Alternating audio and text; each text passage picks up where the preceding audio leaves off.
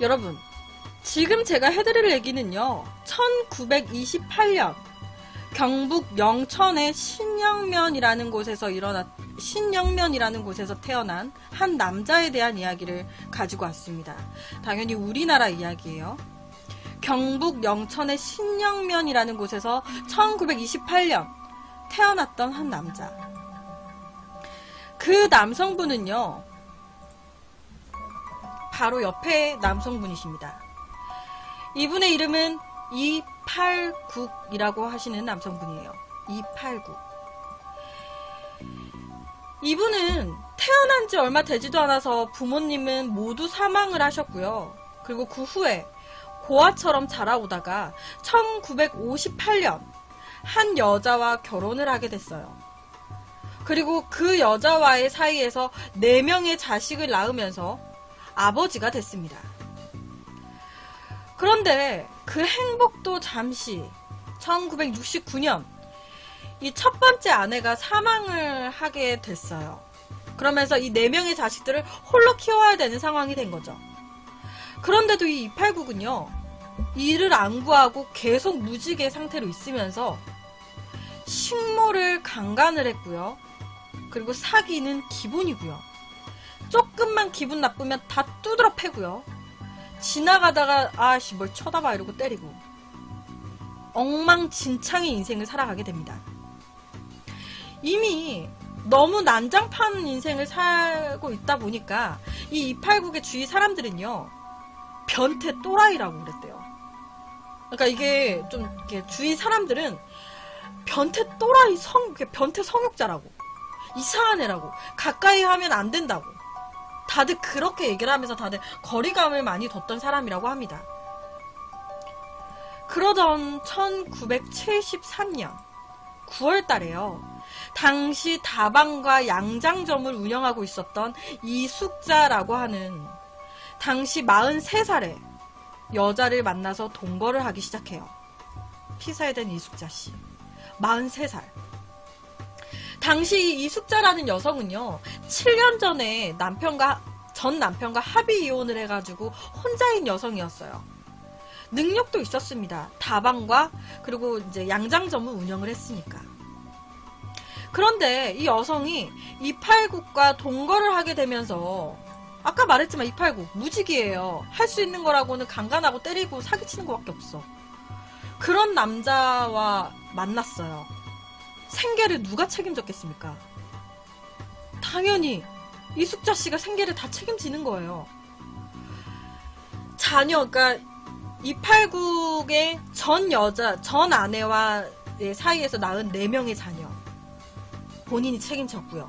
그리고 이팔국 남편 책임져야 될 거 아니에요. 이팔국 그리고 본인까지 총 6명의 살림을 혼자서 다 도맡아서 하기 시작했습니다. 거의 이팔국은 이숙자한테 얹혀 산 거예요. 그렇다 보니까 여러분, 아무래도 남편이 계속 빈둥빈둥하고 혼자서 6 식구를 먹여 살리기에는 이숙자 씨 혼자서 많이 힘들었을 거라고 생각이 됩니다. 거기에다가 이 남편이 잘하기를 해요? 이 남편이 꼰대 높은 자존심만 높아가지고 맨날 좀 끄떡만 하면 손찌검을 하고 이숙자 씨한테 막말하고 많이 그러셨대요. 그렇다 보니까 이 이숙자 씨는요, 남편한테 아무래도 점점 잔소리를 하게 되는 거예요. 아, 일 좀 해라. 내가 언제까지 네가 다 먹여 살리고 있냐. 네가 그러고도 가장이냐. 취업 안 할 거냐고. 이런 식으로 말이 나오기 시작하면서 시간이 흐르면 흐를수록 이 두 사람의 싸움의 횟수는 많아져만 갔습니다. 이 이팔국은요, 양장점과 다방까지 운영하는 이 이숙자 씨의 재산에 굉장히 관심이 있었어요. 와, 씨, 저거 어떻게 내가 딱 그 가로 채면 좋겠는데, 저거. 그렇다 보니까 이숙자 씨는요, 이팔국이랑 동거는 하고 있었지만 혼인신고를 할 생각은 전혀 없었어요.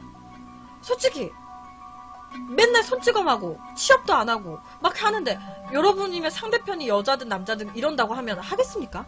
그러니까 당연히 이숙자도 안 할 생각이었어요. 내가 미쳤지. 저런 사람이랑 혼인신고를 왜 해? 근데 이거를 딱 189기 눈치를 채고 자기 마음대로 이숙자의 동의도 없이 혼인신고까지 합니다. 왜? 요거 내가 다 빼돌리려고. 이숙자한테 하자고 하면 안 할 거니까. 이 이후에요. 모든 걸 알게 됐어요. 이숙자는. 나 모르게 혼인신고까지 해버렸다는 걸. 그러다 보니까 화가 났겠죠. 막 징글징글해. 나 진짜 너 너무 싫어. 289 너 너무 싫어. 왜 네 마음대로 혼인신고를 하니? 너 미쳤니? 그냥 헤어지자 그냥. 그냥 이거 이혼하면 되는 거 아니야. 이혼하자. 라고 욕을 하게 돼요. 그런데 그 말을 들은 289군요. 너 지금 뭐라 그랬냐? 그러면서 서로 격하게 부부싸움을 하게 됩니다. 그리고 289군 순간적인 분노를 제어를 못하고요. 너 내가 오늘 죽여버린다고 하면서 목을 졸라서 살해를 했어요. 여러분, 여기까지는 뭐 있어서는 안 되는 사건이지만 어쨌든 간에 뭐 그냥 이렇게 됐어요. 근데 문제는 지금부터예요. 289군요. 자기의 이런 범행 사실을 은폐하기 위해서 이숙자를 살해하고 다음날 새벽 1시부터요. 6시까지 총 5시간에 걸쳐서 끔찍한 행각을 벌였습니다. 이 289군요. 죽어서 누워있는 아내 이숙자를 보면서 아씨 이거 시신나 이거 어떻게 처리해야 되지? 시신 태워버릴까 그냥? 이거 토막 내야 되나? 아씨 이거 어떻게 처리하지? 이거 그냥 강가 가서 그냥 물에다 버려버릴까? 고민을 합니다. 시신을 어떻게 처리하지? 그러다가 자기 집 목욕탕으로 이숙자의 시신을 옮겨요. 실제 잔혹의 현장, 처의 시체를 토막내어 해체한 실제 이 부엌을 옮깁니다. 목욕탕으로. 그리고 이곳에서요. 이숙자의 피부 조각을요. 칼로 다 발라요. 그리고 머리카락을 다 밀어가지고 머리카락과 함께 그 칼로 바른 살 조각을요. 불에 태워버립니다. 그리고 이숙자의 몸에 진짜 살점에 다 바르는 거예요. 고기 회 뜨듯이. 그 생선 회 뜨듯이 살에 다 발라요. 그리고 수십 조각으로 토막을 내가지고 하수구에 버렸습니다. 그런데 여러분, 사람이라는 게 사람의 몸에 있는 살점들을 다 바른다고 생각해보세요. 그게 뭐 한두 덩이로 되겠습니까? 굉장히 많은 살점들이 나오게 돼요. 당시 이숙자의 살점들이 너무 많다 보니까 이 근육과 이런 근육들이랑 그 살덩이들 막 이런 거를 하수구에다 다 내려보내질 못하는 거예요. 그럼 어떡하겠어요? 몇 개 자질구레한 거는 하수구에 버리는데 이건 너무 커서 안 되겠는데 싶은 살덩이들은요. 김치. 칼로 다 다져요. 칼로. 살덩이를. 칼로 다 다져가지고 난도질을 합니다. 그 다음에 김치독을 딱 꺼내서 김치를 막 뒤적뒤적거려요. 김치 안쪽에다가 이 다져놓은 이숙자의 살덩이를 집어넣습니다. 그거 묻어버렸어요. 거기에다가 이 이숙자의 눈알이라든지 이숙자의 췌장과 이런 이런 내장들 있죠. 내장들도요. 다 배를 갈라가지고 다 빼내요. 이렇게 다 빼내가지고 무슨 진짜 도마 위에서 팥 썰듯이 다 다져요. 다 다져요. 하고 이 정도면은 물에 흘러가겠다 싶어가지고 그거 하수구에다 버립니다. 잘 흘러가게끔. 그렇게 뭐 살덩이와 내장들, 눈알들, 머리카락 다 처리했어요. 그러면 다 바르고 남은 뼈. 이숙자의 뼈는 어떻게 했을까요? 이숙자의 머리 두개골은? 다 발라져서 눈알은 빠져있고 막 이런 두개골은 어떻게? 이 진짜 미친놈이죠. 이게 진짜 어떻게 그 동거하고 같이 산 여자를 이 289군요. 두개골뼈 같은 것들은요. 다 으깨요. 자기가 가지고 있는 아령으로 다 이렇게 막 으깹니다.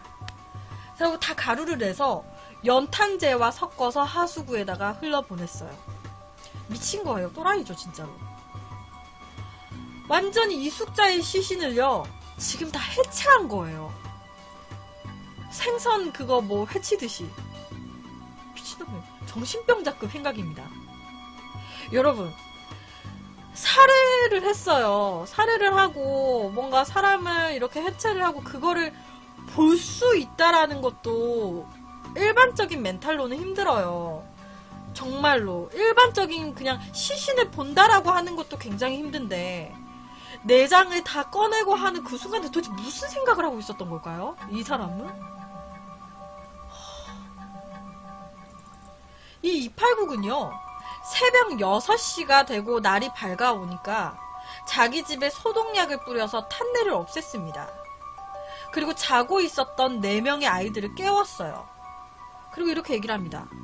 야, 누가 이숙자 새엄마 어디 갔냐고 물으면은 새벽에 집 나간 뒤에 일주일 소식 없다 그래. 알았지? 그러니까 아이들의 입막음까지 시킨 거예요. 엄마 집 나가서 모른다 그래. 오전에 그렇게 아이들의 입막음을 시키고 집안 소독을 완전히 끝낸 뒤에 그날 밤에는 연탄재에 섞은 이숙자의 그 뼈가루, 남은 일부 뼈가루를요 비닐봉지에 담아가지고 시멘트 부대로 이렇게 감싸가지고 그거를 자기 집에서 1km 정도 떨어진 쓰레기 하차장에다 갖다 버렸습니다.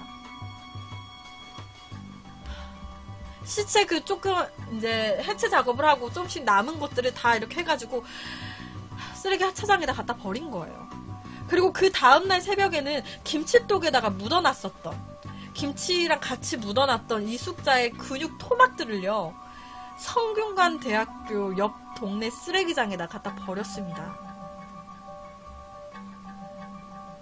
성균대 쓰레기 하차장. 또라이예요 진짜. 있어서는 안 되는 사람은 인간이 아닌 것 같아요.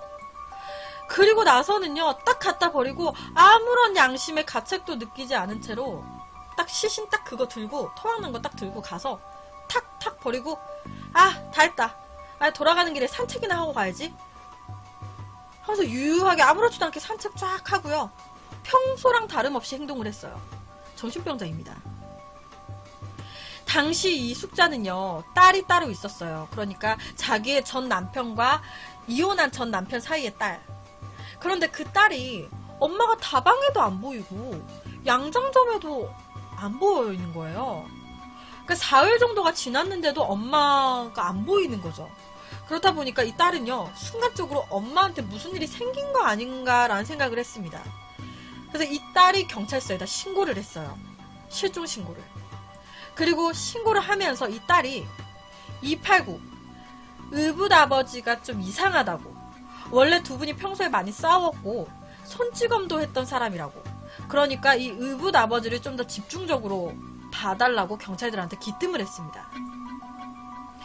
실종 신고가 접수가 되고요. 수사가 진행되는 과정에서 이 환경미화원이 이 289기 버린 이숙자의 시신 일부를 발견을 하게 돼요.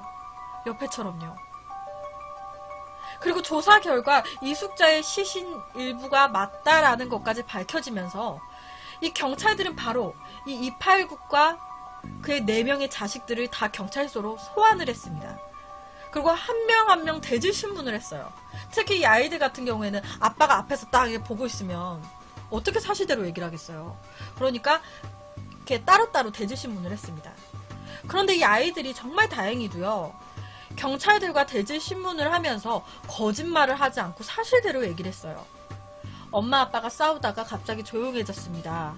아침에 일어나니까 집에 역겨운 냄새가 진동을 했습니다. 아 이거 무슨 냄새예요 아빠? 라고 물어보니까 아빠가 벌레를 끓여놨더니 이런 냄새가 난다라고 얘기를 했어요.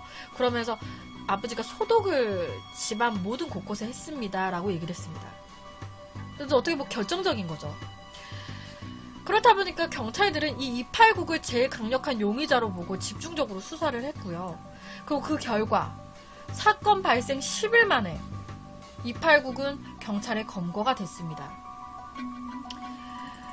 여러분, 이 289 형벌을 어떻게 받았을까요? 너무 잔인한 정신병자인데 이런 정신병자한테 열심히 살고 있는 이 이상한 이숙자라는 분이 정말 억울한 피해자가 돼버린 거예요. 근데 원래 이 이숙자라는 분이 원래 남성 관계가 되게 좀 복잡하셨던 분이라고 하긴 하는데, 그래도 이거는 아니잖아요. 이건 어떻게 이거랑 그게 되겠어요. 그러니까는 좀, 이 진짜 잔인하고 이 말도 안 되는 수법으로 시체를 유기했던 289. 형벌을 어떻게 받았을까? 법원에서는요, 이 289한테 살인 및 사체 모독죄를 적용을 해가지고 사형을 때렸습니다. 사형. 우발적인 살인이긴 하지만 너무 말도 안 되는 짓거리로 시체를 유기했기 때문에 너무 잔인하고 야만적인. 그런데 웃긴 게 뭔지 아세요? 법원에서 너 사형 딱 때렸어요. 289. 내가 왜 사형이냐고. 계속 항소를 넣었대요. 나 정신적으로 문제 있는 사람이라고. 사형하지 말라고. 나 이거 받아들일 수 없다고. 항소를 계속 넣었다고 합니다. 그런데도 법원에서는 야, 너 웃기는 소리 하지 마. 너 무조건 사형이야. 그래가지고 다 기각시켜버렸어요. 네가 정신병이 있든 어쩌든 간에 너는 이거는 너 말도 안 되는 사건이야. 다 기각시켜버린 거예요. 그리고 이 사건이 발생하고 2년 6개월이 지난 1977년 11월 사형이 집행이 됐습니다. 옆에 이게 시체 유기하고 할 때 썼던 도구들이에요. 살점을 해제하고 뭐 이상한 짓거리 할 때 그때 썼던 도구들. 당시에 이 사건이 일어났을 때가 1970년대예요. 그때는 당연히 컴퓨터가 없었을 때였습니다. 그러니까 경찰들이 이 신문을 하면서 모든 걸 기록을 남기잖아요. 근데 이때는 컴퓨터가 없었다 보니까 손으로 다 적었다고 해요. 진술 조사서를. 그런데 이때 이 289이요. 이제 경찰에 이제 소환이 됐어요. 잡히고. 그리고 이 289에 대해서 진술서를 이제 담당 형사가 손으로 작성을 하는데 너무 잔인했던 거예요. 그래서 이 경찰이 289의 진술서를 적으면서 미친놈이라고. 너 진짜 미친놈이다 막 이러면서 줄담배를 계속 피면서 굉장히 힘들게 진술서를 썼다고 합니다.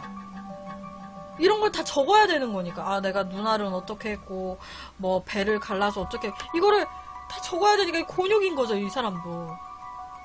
그러니까 막 엄청 욕을 하면서 적었대요. 되게 힘들게. 여러분, 이 289군요, 대학교까지 졸업한 사람이었어요. 대학원까지. 그때 당시에. 그리고 이숙자와 결혼하기 전에 시장에서 칼을 다루는 직업으로 잠깐 동안 일을 했던 적이 있다고 합니다. 그렇다 보니까 이 이숙자를 토막내고 할 때 이 칼을 다루는 거에 대해서 아무런 문제가 없었을 것이다 라고 많은 이제 경찰들과 사람들은 얘기를 해요. 서스럼도 없었을 거고 칼을 다뤄봤기 때문에 늘 그냥 고기 해체하듯이 했을 거라고.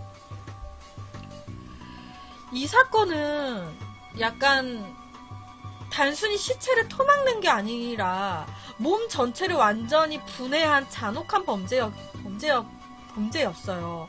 그렇다 보니까 다시는 일어나서는 안 될 사건입니다. 그래서 오늘은 인간의 탈을 쓴 사이코패스 악마, 이 289 살인마에 대한 이야기를 가지고 왔습니다.